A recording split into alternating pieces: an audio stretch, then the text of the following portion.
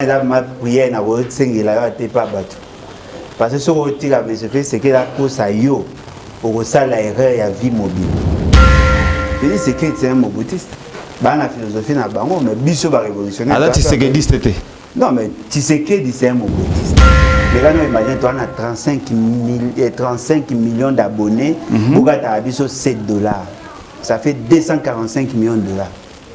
Oui, bah, on a 245 millions de dollars na chèque. Bah, habite le roi pour prendre un simate. Bah, qui n'a pas congolais, bah, mbaka ça to créer le quoi. Comment c'est les escroquer? Je vais d'ailleurs mito à soutenir la yaya na eba ça peuple mabé. Bah, l'ongoli penda bo kondi à peuple. Ya ko pona président ya lingi, bah pesa mo pas féliciter. C'est là du projet. Na cadre ya gouvernement. Parce qu'il faut pas payer belo mo. Le projet Bukangalondo est salamaki na cadre ya politique publique. Politique publique. C'est-à-dire que ça a un niveau de gouvernement. Il a différents projets à 100 jours. Et je ne pense pas que M. Félix est capable de la vérité. Tu ne penses pas qu'à la vérité? Impossible.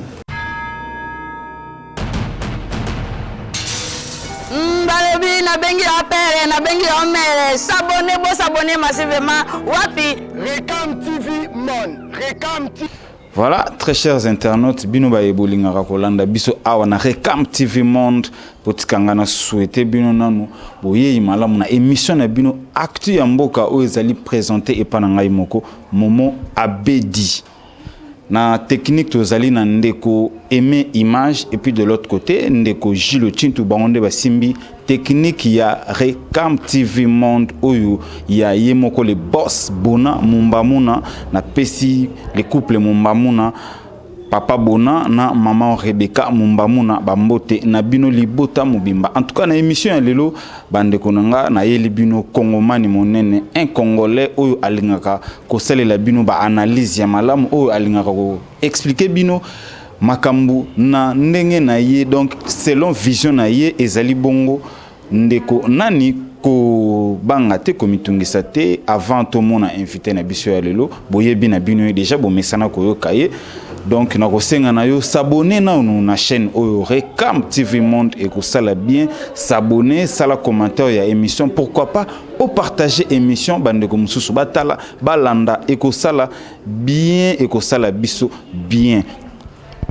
Invité na biso ya lelo ye oyo en tout cas ngai na kotanga kombote na ko préférer ye moko à se présenter boye billet c'est bien bon mais a ezali mbala ya liboso aleka na émission na bino ya na yango na kosenga na ye à se présenter kasi tika na pesa na mbote pona okotisa ye na masolo na biso ya lelo mbote ndeko ngai mbote na balandi en tout cas merci pour l'opportunité pour faire ça dans lelo. Kombo Nangai Alain Bolodjo Ibola, Nadali coordonnateur de la nouvelle classe politique de l'opposition, économiste de formation, chercheur en économie de développement durable, auteur et livre Forêt congolaise, conflit nébuleux d'objectifs écologiques et économiques. Voilà. Donc, Okomakapé? Oui, Azali na 3 projets où ils allaient en cours et puis livre Moré Bimara Kala au Tolengi Forêt congolaise objectif écologique et économique. Merci bandeko balandaka moi mingi na etando ike kasi soki lelo batu bali ba comprendre dans 2 ou 3 minutes qui est ndeko Alain Bolodjo batu ba comprendre. Bon, Alain Bolodjo va comprendre la ligne moko ya ba rescapé la génération sacrifiée. Moko ya ba rescapé la génération sacrifiée c'est-à-dire que tant que comme arrivé dans les années 80 bandé pour le baquer la jeunesse sacrifiée génération sacrifiée ba yemba même na banzembo bana ya ba année 70. Ah OK. On a voté le 18 octobre 1977 na bandi classe nanga na école da Kushina Mbandaka na Lowe Mbandaka na ina Kinshasa vers les années 85 et na ekokota na Bambino na tangi moi 2-3 fois avant na certificat et puis na aussi ça école d'humanité na lycée bilingue Claude Mafema na mathématiques physique ndé na ekokota université pédagogique non la bandaki d'abord na IBTP vers les années 90 2000 l'an 2000 nakotaki BTP na saki préparatoire et au comme ba période de la guerre au transport et comme il passe ba carburant ba normona até ndé na zaki na difficulté ya ko continuer na ye ko zonge la université en 2006 en 2006 tant to sali campagne à Bemba parce que zaki na Olengankol pour Olengankol zaki directeur général ya campagne à Bemba en 2006 ndé na ye ko zonge la université avant publication à résultat. Naeko si sa université en 2011 naeko décroché diplôme nanga na université ni université pédagogique nationale. Merci. Na salle économie na faculté économie option économie rurale biso to qui économie rurale il y a développement ba milieux ruraux surtout en matière ya économie de pauvres on a des spécialités na biso ndé naeko ko taper vers cette année là na Panader Parti national pour la démocratie et la République, ils allaient partir chez Yaboulambo Kilosho. Dans le combat, na biso na kati ya parti au batonio sobaebi, ils allaient combat ya kobo ya création ya commune na territoire de Minembwe. Ah ok. Parce qu'ils allaient qui parti d'abord ya ba étudiants ressortissants ya Sud Kivu. Pour la plupart, des bambandais kobo ya ba salango na Kogelos. À côté, il y a une équipe juste après. Des côté parce que tu as une dynamique, il y a combat pour na koboya bakata na mamboka na biso. C'est comme ça qu'on a évolué. Tu vas au côté partir au côté na MP. On a MP. On a mené le combat. MP, il faut préciser. Oui, majorité présidentielle. Merci. Comme FCC. Ouais, il faut préciser ça là. Dès na Panader pour na boyaki koza mamba MP. Les lots tous allés na combat dans l'opposition, to créer une nouvelle classe politique de l'opposition qui est un caucus. Et puis tous pour créer parti politique ba bengi les battent. Les battent. Levons-nous et bâtissons et d'aller parti moro progressiste. Tous à koya pour na mener combat et gouvernance, c'est-à-dire gouverner autrement bien. Et pour l'instant, nous allons pour évoluer dans le cadre, nous allons dans partenariat avec Kouloutou Martin Faïlou, Kouloutou Mozitou et plusieurs autres membres. Il y a résistance au Badaïna Potona au Bazalia. Voilà. Nalinga ki tozonga momukie likambo génération sacrifiée na ba période wana et là on est à la base il y a ba génération sacrifiée na période wana et là on est salaki ki likambo wana bima. Oui, en fait, le problème est d'aller bateau, qu'on prétend être nos dirigeants, penser qu'au regard, il y a évolution en monde, ou évolution en société, génération n'a pas tout qui n'est exporté. Ok. Amona qui le quoi, bâtiment, tu tangate, bâtiment, tu amisate, bâtiment, baobongate. Ce qui veut dire qu'ils n'ont pas beaucoup investi dans le domaine de l'éducation. Pendant notre période, nous avons qui année élastique dans l'université, nous avons qui difficulté à ban dans la classe, nous avons qui enseignant qui la qualité de l'éducation qui vraiment de mauvaise qualité. Et nous avons pensé qu'il y avait possibilité de dire non à cette réalité et de présenter un nouveau paradigme. Yango moni na ba génération na biso tozana parmi bateau ba bunini na kati wana okuta dans l'armée, c'est notre génération qui a battu le record. Na PC exemple à Mamadou Ndala. Mamadou Ndala.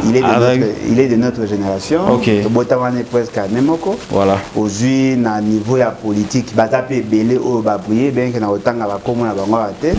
Aujourd'hui en matière scientifique nous sommes nombreux. Ce qui veut dire que bateau va présager qui échec nabiso, bateau va cancer qui toute la jeunesse sacrifiée, bah comme on a aujourd'hui, au lieu de toute la jeunesse sacrifiée, tout comme il est révolutionnaire. Vous êtes fier nango? Non mais je suis fier pour la jeunesse sacrifiée, je suis fier d'avoir détourné ou d'avoir imposé une nouvelle réalité. Na bateau va présager qui m'a bé pour nabiso, le lot, tout comme fier pour la génération des révolutionnaires.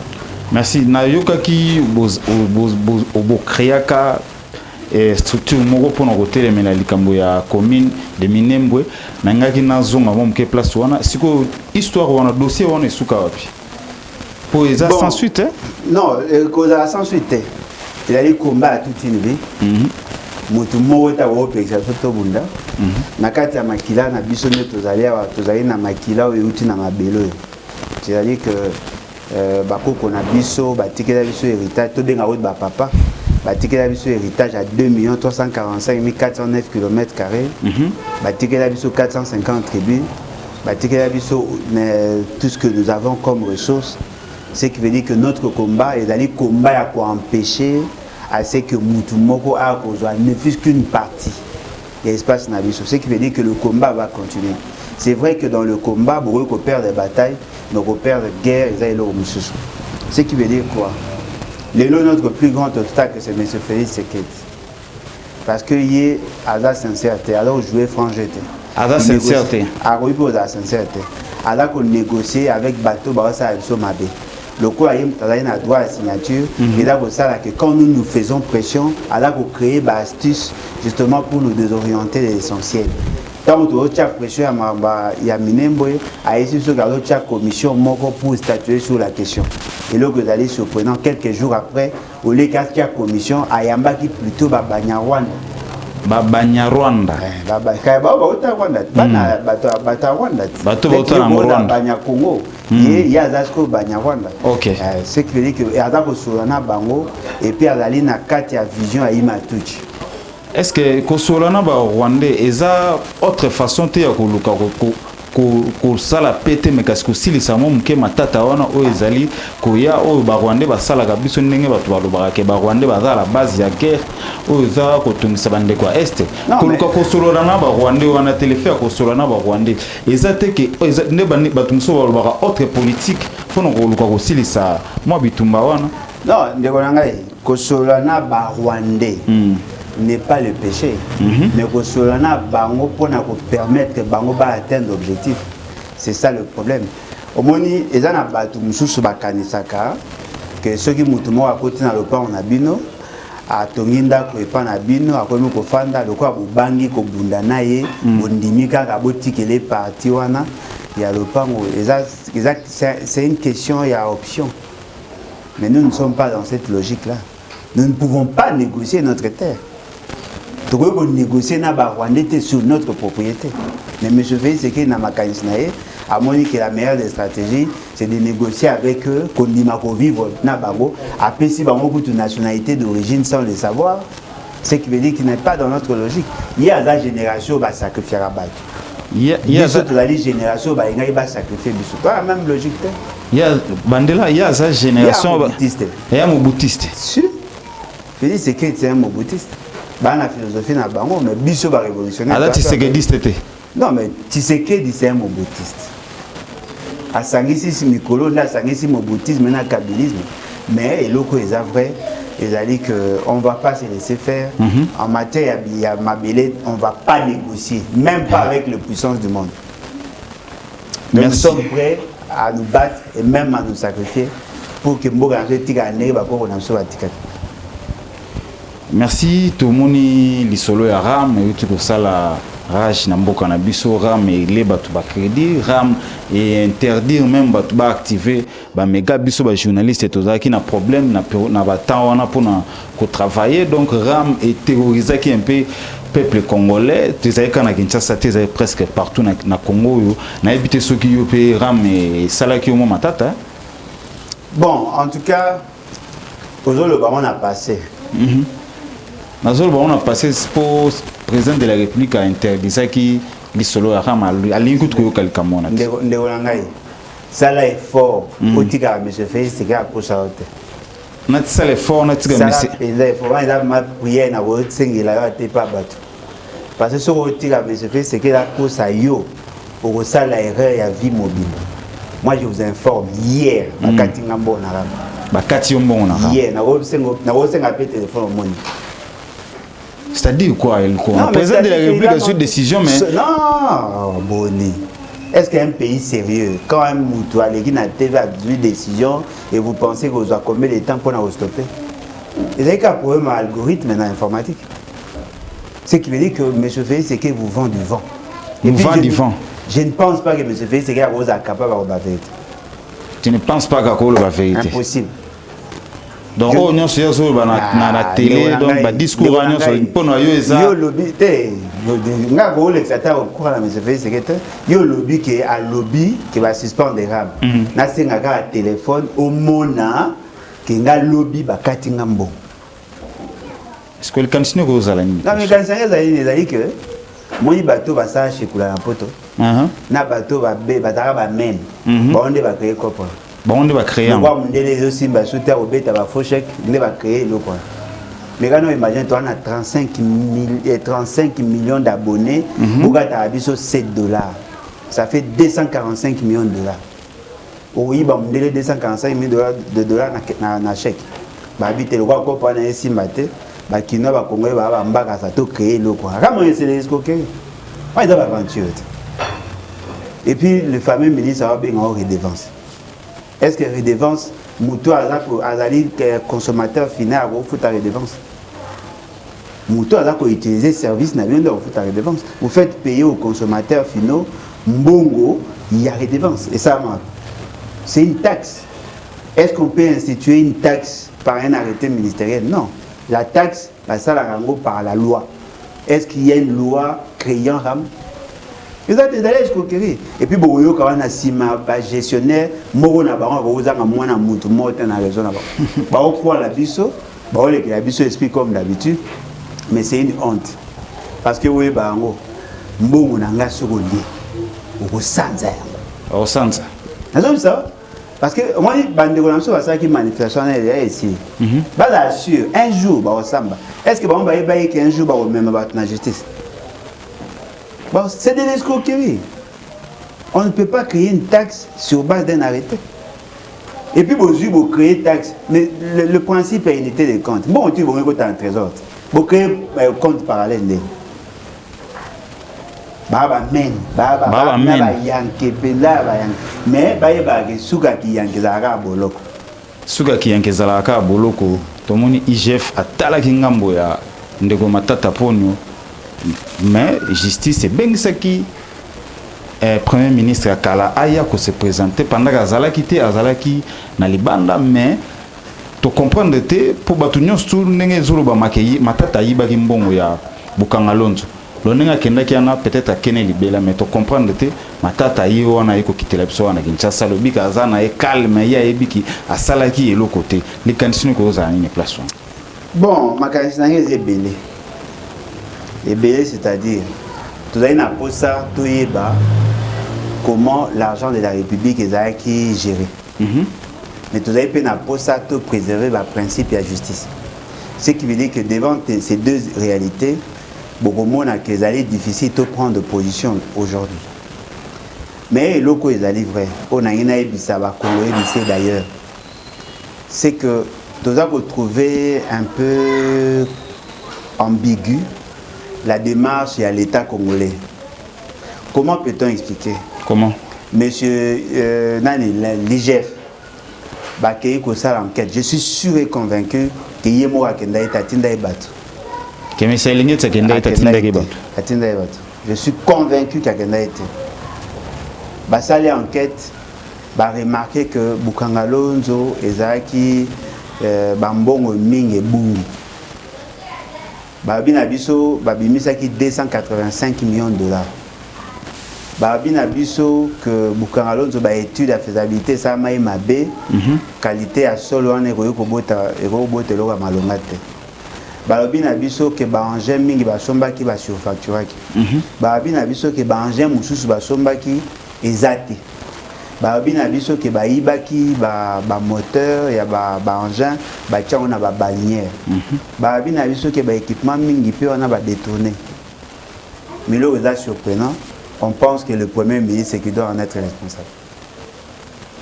Bon moi tu es choses sérieux. Comment peut-on expliquer? Au Betima Solo, il y a achat. Au Betima Solo, il y a gestion. Mais bateau va gérer au Bengi Bangote. Bateau va sommer au Bengi Bangote. Molingo Kangamoto a conservé le projet. Dans le cadre du gouvernement. Parce qu'il faut que le projet Bukangalonzo est salamaki dans le cadre de la politique publique. Politique publique. C'est-à-dire que salamaki dans le niveau du gouvernement. Il y a des différents projets à 100 jours. Oui, ça m'a dit cabinet à Félix Tshisekedi. Où on est allé que le gouvernement va décider de ça la Bukangalonzo. C'est-à-dire que il a la compétence na bango. Et quand on conçoit un programme, ce n'est pas le premier ministre qui conçoit, c'est le gouvernement. C'est le gouvernement. Bako fanda, ministre de l'Agriculture, ministre de l'Industrie, ministre de la Finance, ministre de Budget, ministre de l'Énergie. Bafandi mutuna mutatali aspect nae ne basangisi maele article 21 de la Constitution. Baji document ici bakei mutuna mutasali oyaye. Oya ya énergie atali mambo à courant, oya infrastructure atali mambo à infrastructure, oya ya mahamambilanga atali mambabilanga, mutuna mutu atali oyaye. Oya atali finance oyaye et généralement dans l'état mutakenda osomba biloko ezali ministre et TPR. Généralement, on a évité ceux qui n'ont pas beaucoup passé commande, vous savez surtout, tant que vous avez bilo que tikali, babaniso au sala, ou à Tongi babati. Donc pour Ndeko Alain, il fallait interpeller le ministre. Non, bango baza komi là que mbongo ya l'État va gérer ma bé. Mais bateau constitution le dit que va gérer bilo pour ana équiper bango te. Alingi a touché le premier ministre. Est-ce que vous non normal? Mouto a créé entreprise, c'est l'État. Ce n'est pas le premier ministre. Ouais. Si gestion, il y a entreprise, il y a moutou, na bateau. Si vous bateau, vous gérer. Vous avez ça qui va équipement. Au lieu que vous portez, vous plainte pour gérer ma bé, vous bité. Vous avez mouto à initiative, alors que l'initiative n'est même pas venue du premier ministre. L'initiative est qui a un programme avec un PINIA, plan national d'investissement agricole. J'étais consultant tant que ça la deuxième plan, pour élargir deuxième plan. J'étais consultant dans l'Équateur quand je vivais là-bas. C'est-à-dire que quand on fait ce plan-là, parc agro-industriel. Si on a cadre, il y a programme, il y a plan, il y a projet projet pilote. Et ça, il y a 4 gouvernement. Au lieu que vous ayez un mouton pour gérer Boukangalonzo, vous portez plainte pour vous montrer que l'équipement M. Zate. Il y a des psychos pendant que vous avez cité bateau pour participer. Il y a obité. Le coup là, il ne pas il faut tout kangaye. Non, c'est pas comme ça. C'est-à-dire que pour nous, il faut faire ça malamute. Et dans le domaine de quoi? Bien qu'il y ait des spécialistes en matière d'audit, mais c'est pas comme ça on doit gérer. Dans l'exemple. Vas-y. Dans l'exemple. Vous avez la chaîne. La chaîne Nabino, vous allez charger, il y a technique et d'aller de X. Il y a qui para, il y a technique, il y a caméra et consort. Mais vous avez un qui para bomba ou à bengi logistique. Et l'eau que bungi, il y a qui ça la reportage et l'eau que bungi bokangi déjà. Bon quand maintenant nos moutons à bungi ici, il y a une cité déjà. Comment il y a non déjà le quoi caméra bungi on t'arrête non. Qui avait fait sortir c'est tel. On vous prend, bah Sambisio yono rotanga mutalikolo.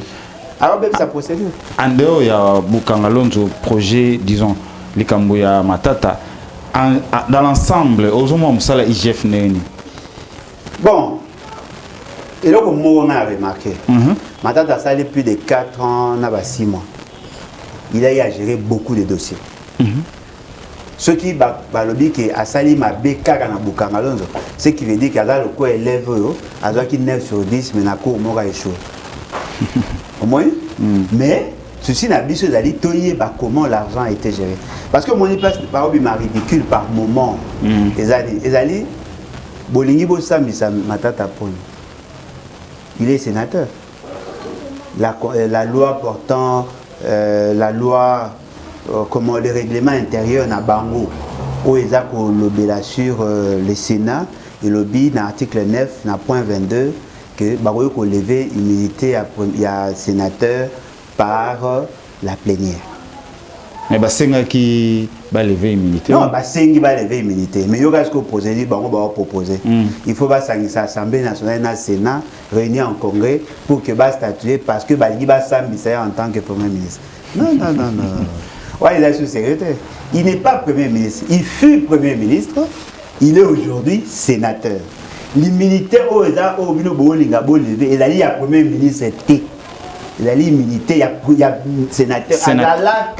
Premier ministre. Ses alliés, à quel niveau? La loi Tibala. La loi portant statut à l'ancien président. Il y a un lobby, le Premier ministre qui joue, c'est-à-dire Tibala. Naïlun Kamba. Pour qu'on lève l'immunité dans Bango, il faut réunir l'Assemblée nationale, le Sénat réuni en Congrès. Parce que cette loi portant statut à l'ancien président et les chefs de corps, il y a un lobby, l'ancien président, l'ancien premier ministre au Bazar qui, pendant que la loi est en vigueur, pour il faut le Congrès et la réunir. Mais Matata Ponyo n'est pas concerné par cette loi parce que loi est après. Après, ok. Ce qui veut dire qu'il est un simple sénateur. Bolimo quand Matata Ponyo, Bobéga la Congrès, le gars sénateur. Bogolobanon, voilà, sénateur Mora Daliwana a un dossier avec la justice, n'a fonction en quoi assumer Kala, il y a un autre traduit dans la justice. Dans l'ensemble, Moussala IGF au monde. À ça, avec beaucoup d'insuffisance. C'est là qu'on a Matata. Maramba Willy Bakonga sali ba erreur. A sali ba erreur. Belé to ba nota tongo tipo quoi. Makambu ya Etienne Longondo sali ba erreur. Makambu ya Matata sali ba erreur. Ah ça ba erreur belé. Vous savez pourquoi ça ba erreur belé? Pourquoi? Parce qu'il n'a pas l'indépendance d'esprit. Il n'a pas l'indépendance d'esprit. Par là le mot Naina Lobake, il se comporte na ba membre ya ba parlementaire debout ya IDPS. Oh. Vous assure. Au moins été comportement les comportement ba parlementaire. C'est-à-dire qu'il veut faire du sensationnel. Alors qu'il s'en a battu, qui a aussi ça. Et puis, le Gonga a yebi. Ceux qui ont OPJ, à compétences restreintes, au Sali Moussala, au PC rapport à qui des droits, Makambouane est allé au sous-souté. Au gros, les gars, la TV, on va nous expliquer, ma boca justice. Yo so Sali Moussala, au Kenya, au Sala enquête, au PC rapport, non, bazar qu'on exploiter dans la justice, au Lingui, si on va au bêta, non, pourquoi? Ce qui veut dire que il y a un azarana, alors moto bazako utiliser le coup là, le coup à pince, avant na kokanga basingo ba balingi. C'est ridicule. État de siège pour nous aussi les sabitumba ngambo ya est. Ozomona ngonde est-ce que ko réussir aussi ça pena bitumba wana? Bon, en tout cas, état de siège et la ligne moko ya ba option au to tient la constitution. Ce qui te montre que la situation devient comme non maîtrisable, on peut initier l'état de siège. Mais l'état de siège n'est pas une décision où ils ont liboma. Donc yo zolo bake basion liboma. Maintenant on a le bité. Non le bité mo loba. Vas-y papa. Basion on a ndenga liboma. C'est-à-dire quoi? C'est-à-dire que l'état de siège se déclare par une ordonnance. Ordonnance, il fait les cas impérativement la consultation, il y a Premier ministre, président du Sénat, président de l'Assemblée nationale, chef il y a l'institution. Voilà. Tant que vous consultez Bango, Nesco a sa déclaration en public. En principe, au regard de l'article 116 de la Constitution, et l'Assemblée nationale et le Sénat va se réunir en congrès pour prendre une décision par rapport à cette réalité, parce qu'il y a une question transversale, où il y a la plus grande décision aux constitutions qui est la présidente de la République et les autres, tant que vous êtes ici, vous avez une loi où il y a fixé la modalité pratique et l'état de siège. Tant que vous allez en ici, vous avez des mesures d'application par des ordonnances. Ces mesures d'application et la loi, il faut les Cour constitutionnelle. Bataille à ceux qui la lient conforme à la Constitution ou pas. Tant que la Cour constitutionnelle s'est prononcée, dans ces moments-là, vous remettre en exécution. Mais c'est fait ce qui est dans ça, à ça, il y a la consultation, à consulter le président de l'Assemblée, le président du Sénat, Premier ministre, mais il n'a pas consulté la Cour constitutionnelle. Pour un retard, si c'est conforme, pas sur la déclaration, mais sur les mesures d'application, à Salé en côté. Au-delà de ça, il n'y a pas de loi, ce qui veut dire que la modalité pratique va poser problème. C'est la paix. Et comme le roi Moutana Kari, il sait que Masuba Haché, tcha essence Haché, tout ça. Alors, tcha pour une solution. Mais la solution, rien n'est garanti que Simba. État de siège. C'est pas comme ça on doit gérer la. Mais c'est comme si Simba, pour tout le monde, déposer déjà armes, rebelles, ba misusu ba si ba kimi donc force armée ya mboka na biso donc et récupérer déjà ba bâtiment misusu ya o ezalaki ya ba rebelle au monité que ezokende déjà bien mais elle so na biso ke ba koshi o nimanga ba kosi ngai pendant que tozo mona na ba information wana da ina cadre ya ba opération Sokola 1 état de siège tout banda ba tout installé bango il y a pas longtemps le général et jusque là il n'a pas d'équipe à retravailler na ouais il a dit dans le cadre de l'opération Sokola 1 ils sont dans le cadre de l'état de siège état de siège va ça y aller et ils ont décision au gouverneur militaire vous allez charger des opérations il y a kuna ne pas ça qui va tuer na ba vous opé sango chance état de siège non naza ko souhaiter que kimi ya na mboka ko bandeko ba député bango ba tie ba salaire na bango ba yo ba ndo kata ba au moins 500 na fin du mois pour que 500 wana nde ba ndeko ba député ba ouais mais attendez batie bango 500 bongo ba 7000 $ na ba 10000 $ après ça bango pona olongo ba président assemblée wana nde batika nango ezaka lokwa mutu bopesi bolongo les 500 bopesi 10000 bo changer l'autre et là ils allaient vrai nous souhaitons à ce que Marambe Simba mais yoga ce qu'on place les alliés ba tout sous ba préféraka la paix na dignité mais ngana ko préférer dignité sans la paix dignité sans la paix c'est-à-dire quoi ce que bisinga obotelanga sapato nanga po betanga te na opofé obetanga na tikata na sapato ou bien obetanga uzina sapato là au moins je sais que je m'étais défendu mais yo longinga comment peut-on expliquer bo lukapé monsieur Félix Sekedi à côté si ba Rwandais monsieur Félix Sekedi à côté si ba Ougandais monsieur Félix Sekedi a un côté ça va Kenya monsieur Félix Sekedi a travaillé avec les Angolais c'est-à-dire que mais nous sommes là pour l'intérêt du peuple congolais pour qui m'écoute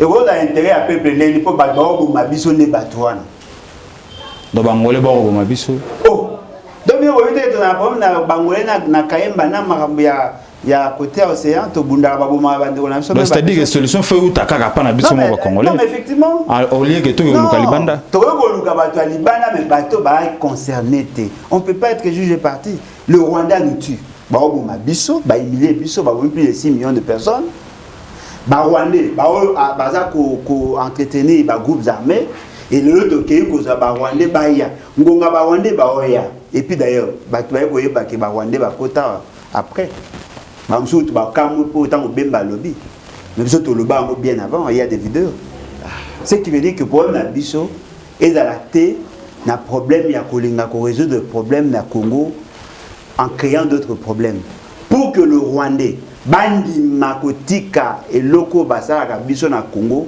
il faut baser la sûr que biloko ba ba ko na Congo de abazu ba Rwandais ba na posa mabele ba Rwandais ba na posa ba ressources na biso pour que le Rwandais batika guerre na Congo il faut que bo pesa ba biloko na mibale siko Félix Tshisekedi so abi OK a négocier na ba Rwandais abi OK bo mara biso te biloko bo senga so to pesi ngana beta mabo oh wana boye belo bo lingate les gens qui pesi bango chèque en blanc bi OK et bobo mi biso mingi maintenant on va négocier mais quand le FCC prend acte à état de siège le FCC n'est pas propriétaire à Congo n'a pas de solo en tant que copropriétaire n'a pas même droit que bango tout n'a pas pour ça on a FCC FCC n'est pas merci parce que FCC a signé na cour constitutionnelle azongisa ndeko Zoé d'abord déchéance wana ya ndeko Zoé yo mona onde ba msuba lobi et salama ngona te